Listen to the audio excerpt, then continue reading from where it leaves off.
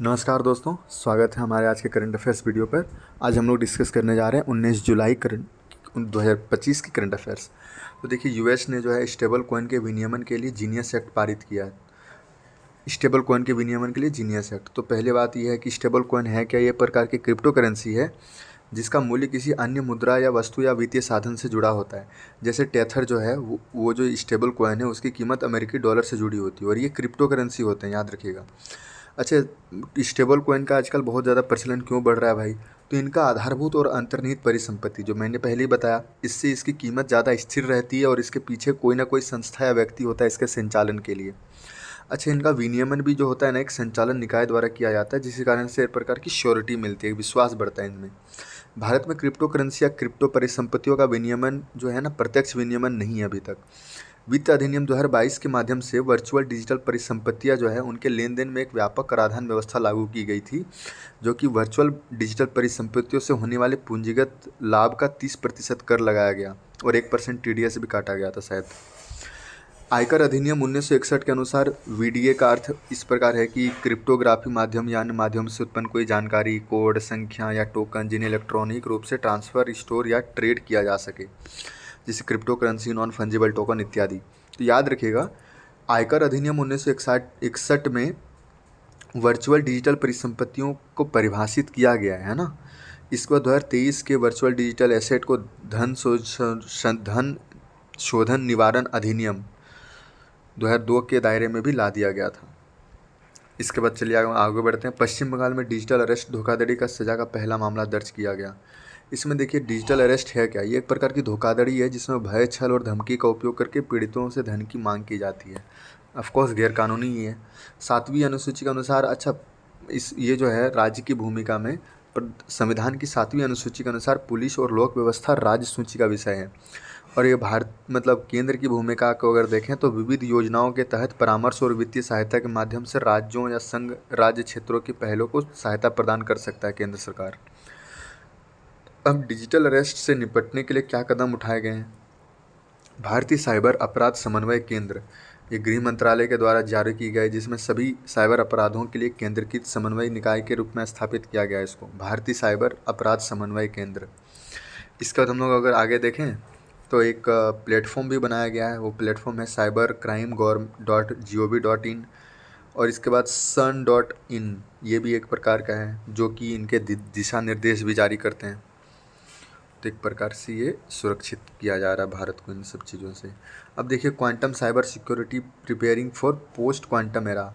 तो इनमें इलेक्ट्रॉनिक्स और सूचना प्रौद्योगिकी मंत्रालय, भारतीय कंप्यूटर आपातकालीन प्रतिक्रिया और साइबर सुरक्षा फर्म ने transitioning to quantum cyber readiness नामक से एक श्वेत पत्र जारी किया है। तो इसमें बोला क्या गया, थोड़ा सा इसमें देखिए, क्वांटम साइंस रेडिनेस की आवश्यकता क्यों है हमें।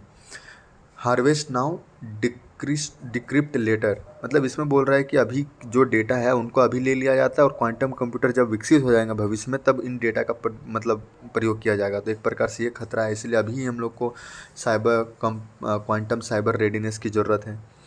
दूसरा है रिक्वेस्ट समीर एडलमैन, ये प्रकार का इंक्रिप्शन एल्गोरिदम है जो कि वर्तमान डिजिटल सुरक्षा के आधार हैं, लेकिन अगले कुछ वर्षों में क्वांटम कंप्यूटिंग के कारण अप्रचलित हो रहे हैं। क्वांटम साइबर रेडिनेस के लिए रोड मैप क्या क्या हो रहा है इसमें? साइबर मूल्यांकन और रणनीतिक योजना, प्रौद्योगिकी तैयारी और क्षमता निर्माण, चरणबद्ध संगठनात्मक कार्यान्वयन, लचीलापन, निगरानी और भविष्य की सुरक्षा।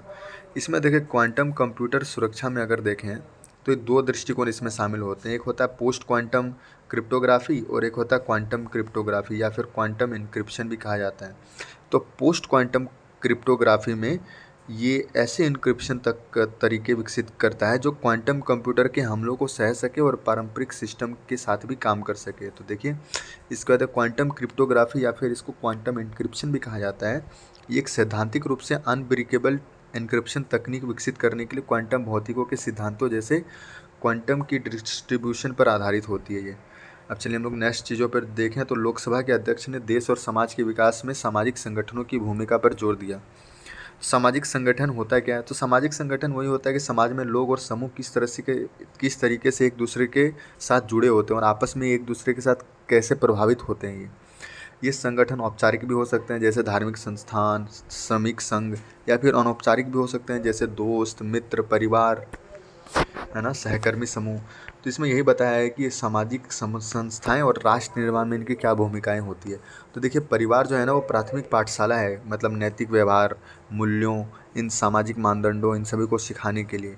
इसके बाद है धार्मिक संस्थान, ये नैतिक रूपरेखा प्रदान करती है जिससे सामाजिक व्यवस्था और सामुदायिक सामंजस्य को बढ़ावा मिलती है और कल्याणकारी कार्य और धर्मार्थ कार्यों में गरीबी को कम करने में भी मदद मिल सकती है। शैक्षणिक संस्थान ज्ञान व कौशल सिखाने में भूमिका निभाते हैं। इसके बाद गैर सरकारी संगठन, ये नीतियों को भी मतलब प्रभावित करते हैं, जागरूकता और क्षमता निर्माण में सहायता करते हैं, बेहतर सेवा वितरण करते हैं, लोकतंत्र को मजबूत करने के मतलब इनके लिए भी काम कार्य करते हैं।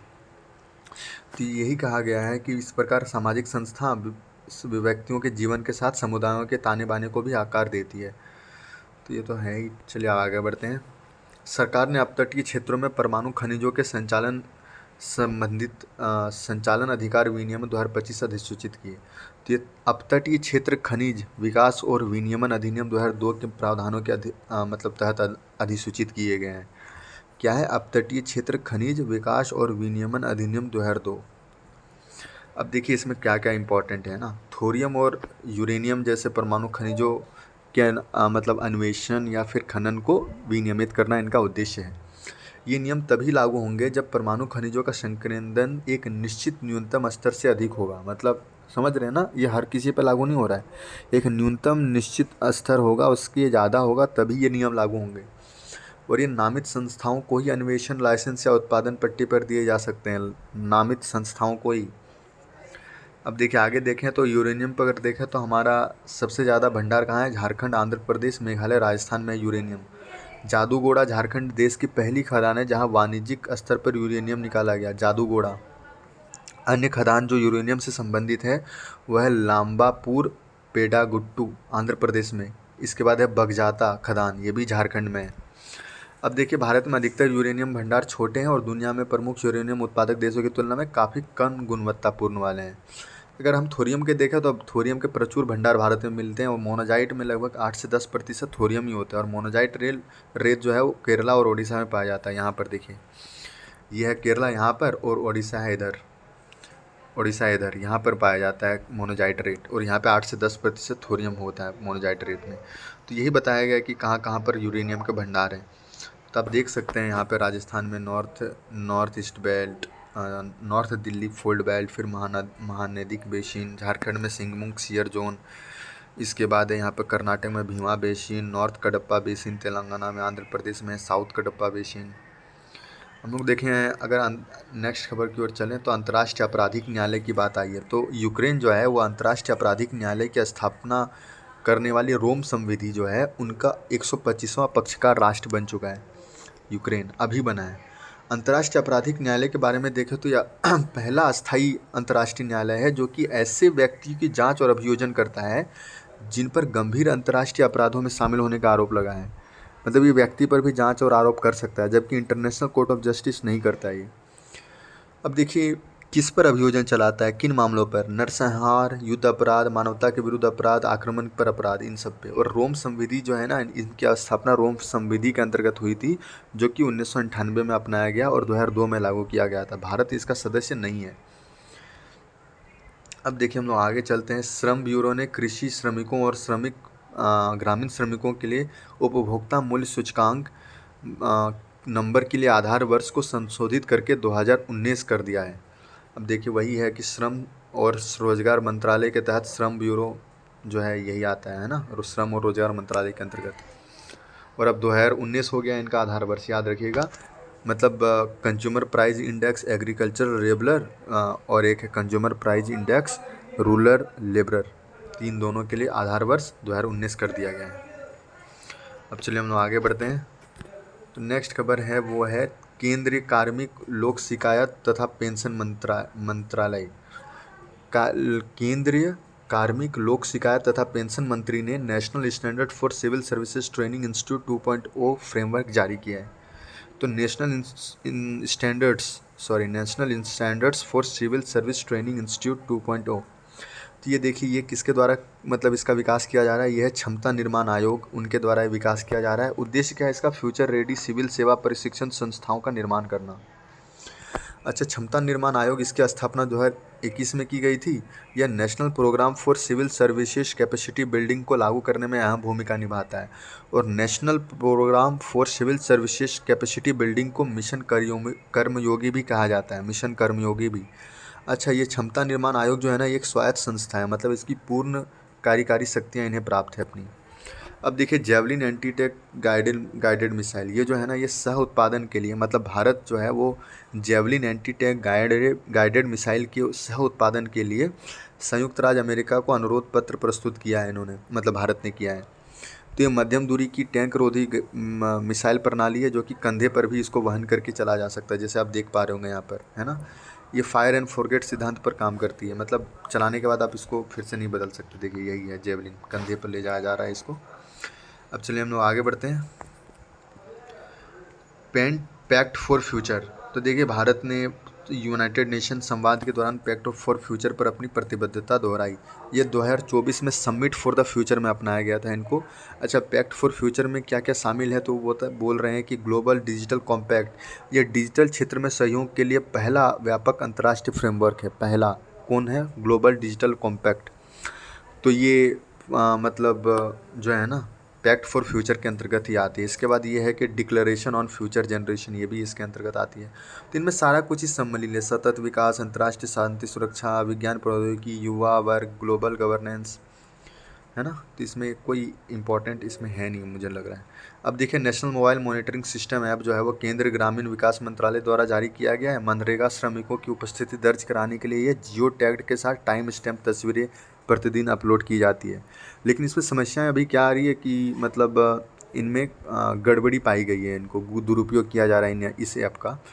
तो इनमें ही पारदर्शिता और जवाबदेही पर सवाल उठे हैं मनरेगा के। अब देखिए नेक्स्ट जो चल रहा है वो नेत्र MK2, ये airborne early warning and control system जो है इंडिया कार्यक्रम के उत्पादन को मंजूरी प्रदान दे चुकी है केंद्र सरकार ने। Airborne early warning and control system India कार्यक्रम, ये नेत्र MK2 प्रोग्राम भी इसको कहा जाता है। एयरबस 382 प्लेटफॉर्म पर इसको लगाया जाएगा और इसमें एक्टिव इलेक्ट्रॉनिक एक्केंड्स एरे रडार और मिसाइल कंट्रोल सिस्टम भी रखे होंगे। ये है क्या, देखिए एक प्रकार का रडार प्रणाली है, जैसे यहाँ पे आप देख रहे हैं ये जो लगा हुआ है एयरक्राफ्ट के ऊपर, इसी को कहते हैं। ये जो है ना जब उड़ेगा तो फिर ये हर जगह का ये ले लेगा ना कि चारों बगल हो क्या रहा है। उड़ते उड़ते सोचिए कि दुश्मन के पूरे अड्डे पर ये नज़र रख रहा है। तो एक प्रकार का रडार प्रणाली है, क्योंकि अगर नॉर्मल रडार लगाएंगे तो एक ही जगह पर देख पाएगा, लेकिन अगर उड़ेगा तो फिर वो हर जगह देख सकता है। तो यही बोल रहे हैं वो। तो नेत्र MK2 को अभी मतलब इस कार्यक्रम को मंजूरी, उत्पादन को मंजूरी दे दी है। अब नेक्स्ट जो खबर है वो है इनविक्टस क्या है, ये यूरोपीय अंतरिक्ष एजेंसी है और यूनाइटेड किंगडम की फ्रेजर नेस, तो दोनों ने मिलकर इनविक्टस परियोजना की शुरुआत की है। इसका उद्देश्य हाइपरसोनिक तकनीकों का विकास करना। हाइपरसोनिक तकनीक, मिसाइल नहीं, हाइपरसोनिक तकनीक का विकास करना। कौन है, यूरोपीय अंतरिक्ष एजेंसी और यूनाइटेड किंगडम की फ्रेजर नेस, इनविक्टस। अब देखिए इसमें यही बोल रहा है कि ये हाइड्रोजन ईंधन आधारित प्रीकूल्ड एयर ब्रीदिंग प्रणोदन प्रणाली की प्रयोगता सिद्ध करना इनका मतलब उद्देश्य है। और पुनः उपयोग लाने वाले क्षैतिज या हॉरिजॉन्टल टेक ऑफ और हाइपरसोनिक उड़ान के लिए उपयुक्त हो, ऐसा वाला मतलब सिस्टम बनाना है।